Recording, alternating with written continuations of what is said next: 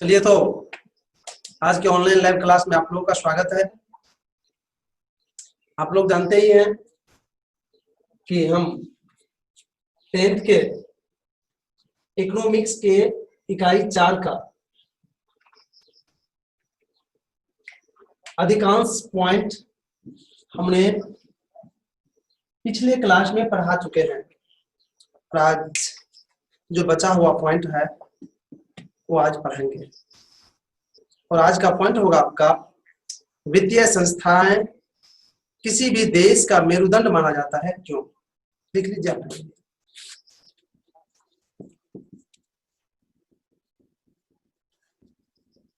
वित्तीय संस्थाएं किसी भी देश का मेरुदंड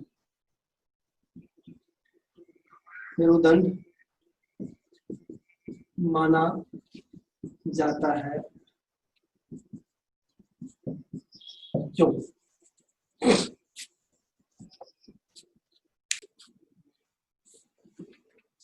एक बार इसको आप लोग अच्छी तरह से समझ लीजिए। वित्तीय संस्था अर्थात बैंक किसी भी देश का मेरुदंड। ये मेरुदंड शब्द जो है ये जान लीजिए इसका क्या मतलब होता है। मेरुदंड शब्द का मतलब होता है रीढ़ का हड्डी। इसको इंग्लिश में बैकबोन भी कहा जाता है, अर्थात रीढ़ की हड्डी। अर्थात कह रहा है कि वित्तीय संस्था अर्थात बैंक जो होते हैं वह किसी भी देश का रीढ़ का हड्डी माना जाता है।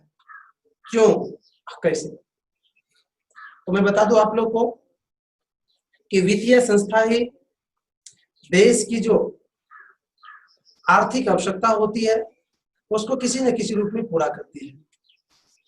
वित्तीय संस्था ही उद्योग खोलने के लिए, धंधा करने के लिए, व्यवसाय करने के लिए उचित मात्रा में ऋण, साख इत्यादि उपलब्ध कराती है, जिसके बल पर या जिसके माध्यम से लोग अपनी वित्तीय जरूरत को पूरा कर पाते हैं और फिर विकास की गति को बढ़ा रहे हैं।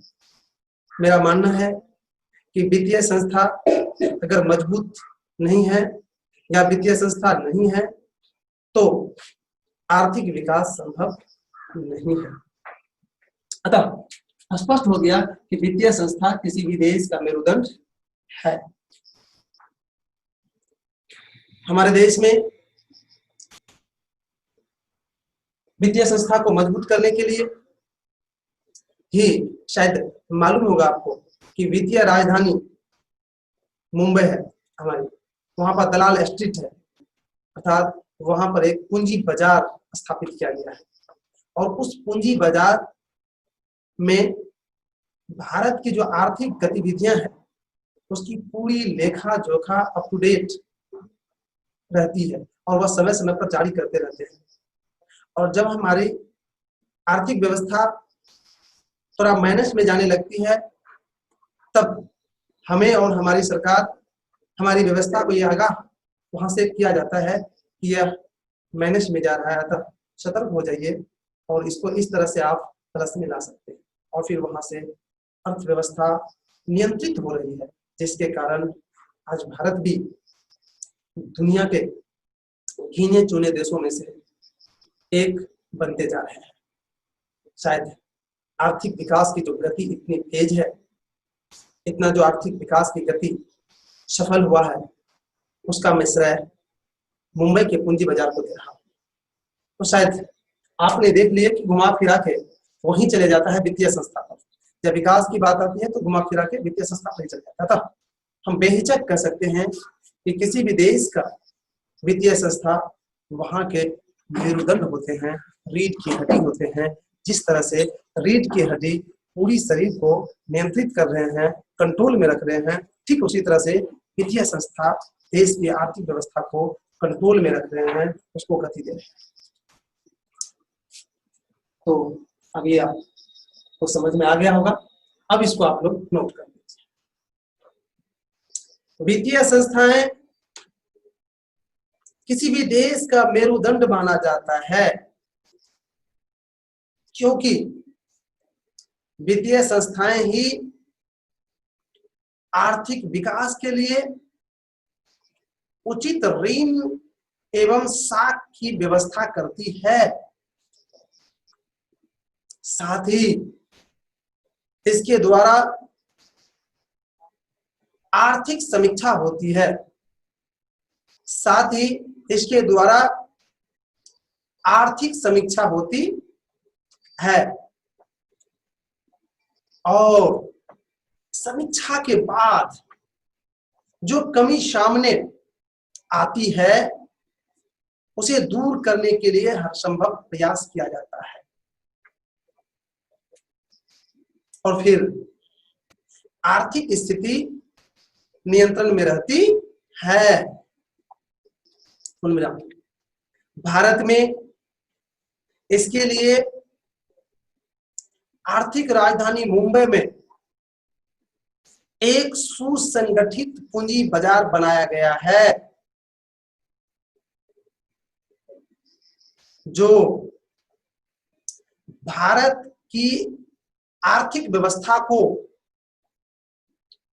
उचित मार्ग देने में अभी तक सफल साबित हुआ है।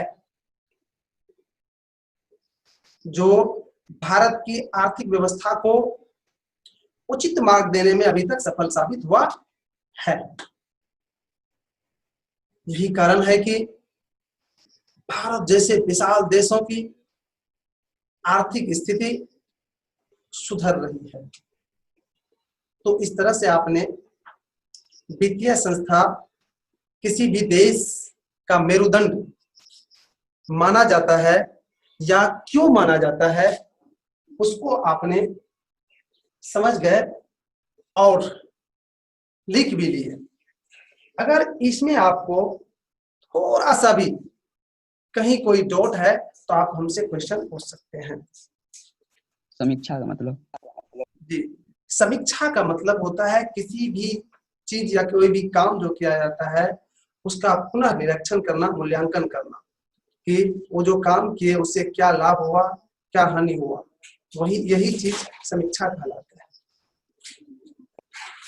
जी हाँ, मेरुदंड का मतलब तो मैं बता ही दिया था अभी कि मेरुदंड का दूसरा नाम रीढ़ का हड्डी होता है, इसका इंग्लिश बैकबोन होता है।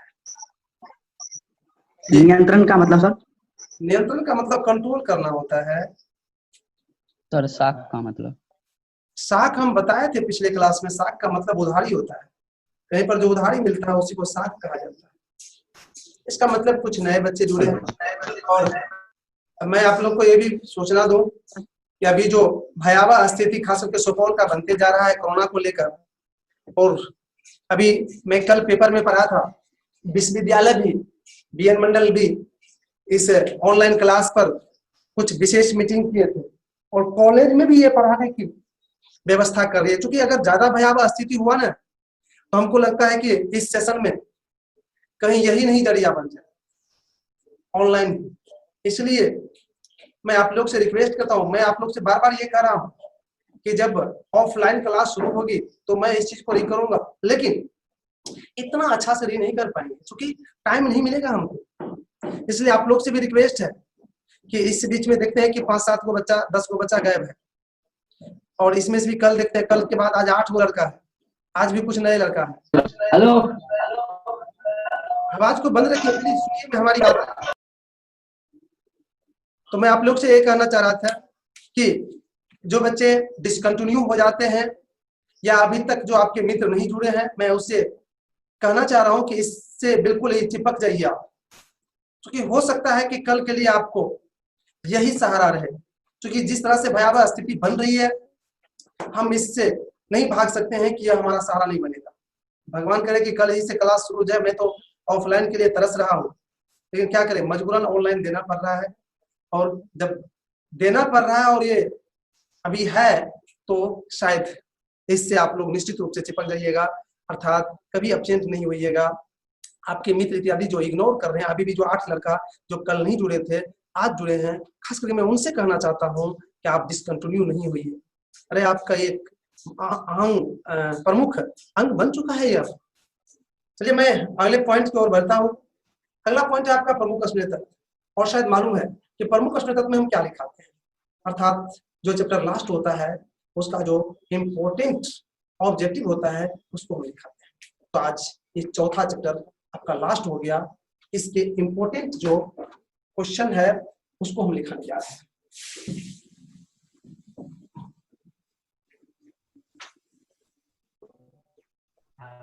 इसको कर देते हैं लास्ट, यहाँ लिख देते हैं लास्ट।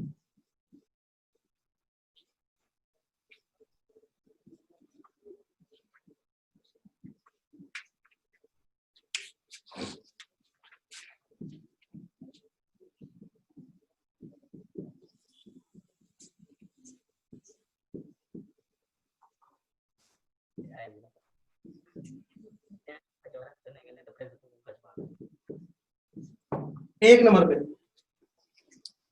एक दो ऐसी चीज है जिसको थोड़ा सा दो दो लाइन करके परिभाषा टाइप में हमको लिखना पड़ेगा। एक नंबर में लिखिए सरकारी वित्तीय संस्थाएं।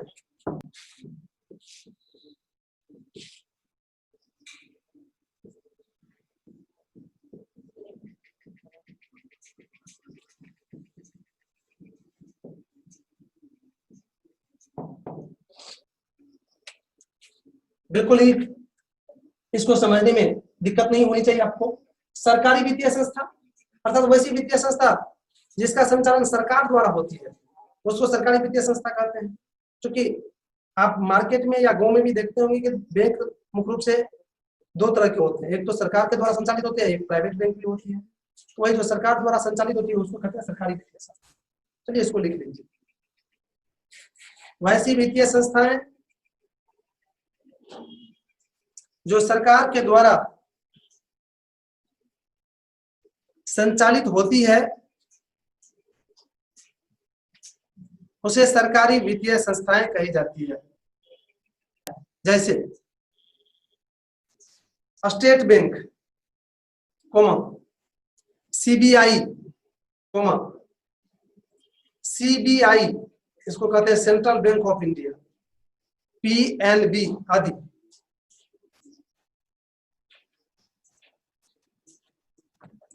और दूसरा लिखिए अर्ध सरकारी वित्तीय संस्था। अर्ध सरकारी वित्तीय संस्थाएं,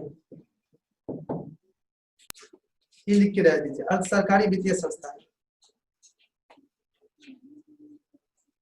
मैं आपको बता दूं अर्ध सरकारी वित्तीय संस्था उसको कहा जाता है जो भारत की जो केंद्रीय बैंक है, शायद मालूम होगा आरबीआई है, उसके निर्देशन में और उसके मापदंड के अनुसार लोगों को साख एवं ऋण की सुविधा उपलब्ध कराई जाती है, उसको कहते हैं अर्ध सरकारी वित्तीय संस्था।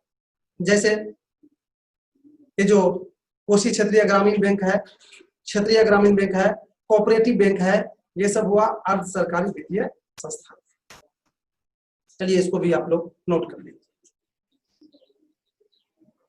वैसी वित्तीय संस्थाएं जो आरबीआई के निर्देशन में तथा उनके द्वारा तय मापदंडों पर समाज के लोगों की वित्तीय आवश्यकता की पूर्ति करती है, उसे अर्ध सरकारी वित्तीय संस्थाएं कही जाती है। जैसे क्षेत्रीय ग्रामीण बैंक, बिहार राज्य कोऑपरेटिव बैंक आदि। तो इस तरह से आपने सरकारी वित्तीय संस्था और अर्ध सरकारी वित्तीय संस्था दोनों जान गए। अब तीसरा लिखते हैं प्रमुख कस्मले तथ्य के अंतर्गत। तीसरा नंबर में भारत की केंद्रीय बैंक आरबीआई है। चौथा नंबर में व्यावसायिक बैंक का राष्ट्रीयकरण 1969 ईस्वी में हुआ। पांचवा नंबर में 1975 में क्षेत्रीय ग्रामीण बैंक की स्थापना भारत में हुआ। छठा नंबर में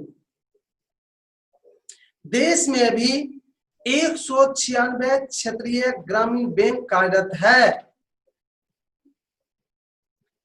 सातवां नंबर में 1919 में सहकारिता प्रांतीय सरकारों का हस्तांतरित विषय बन गई। आठवां नंबर में 1935 में आरबीआई की स्थापना भारत में हुई। और नंबर में भी लिख लीजिए, स्वयं सहायता समूह में 15 से 20 व्यक्ति रहते हैं।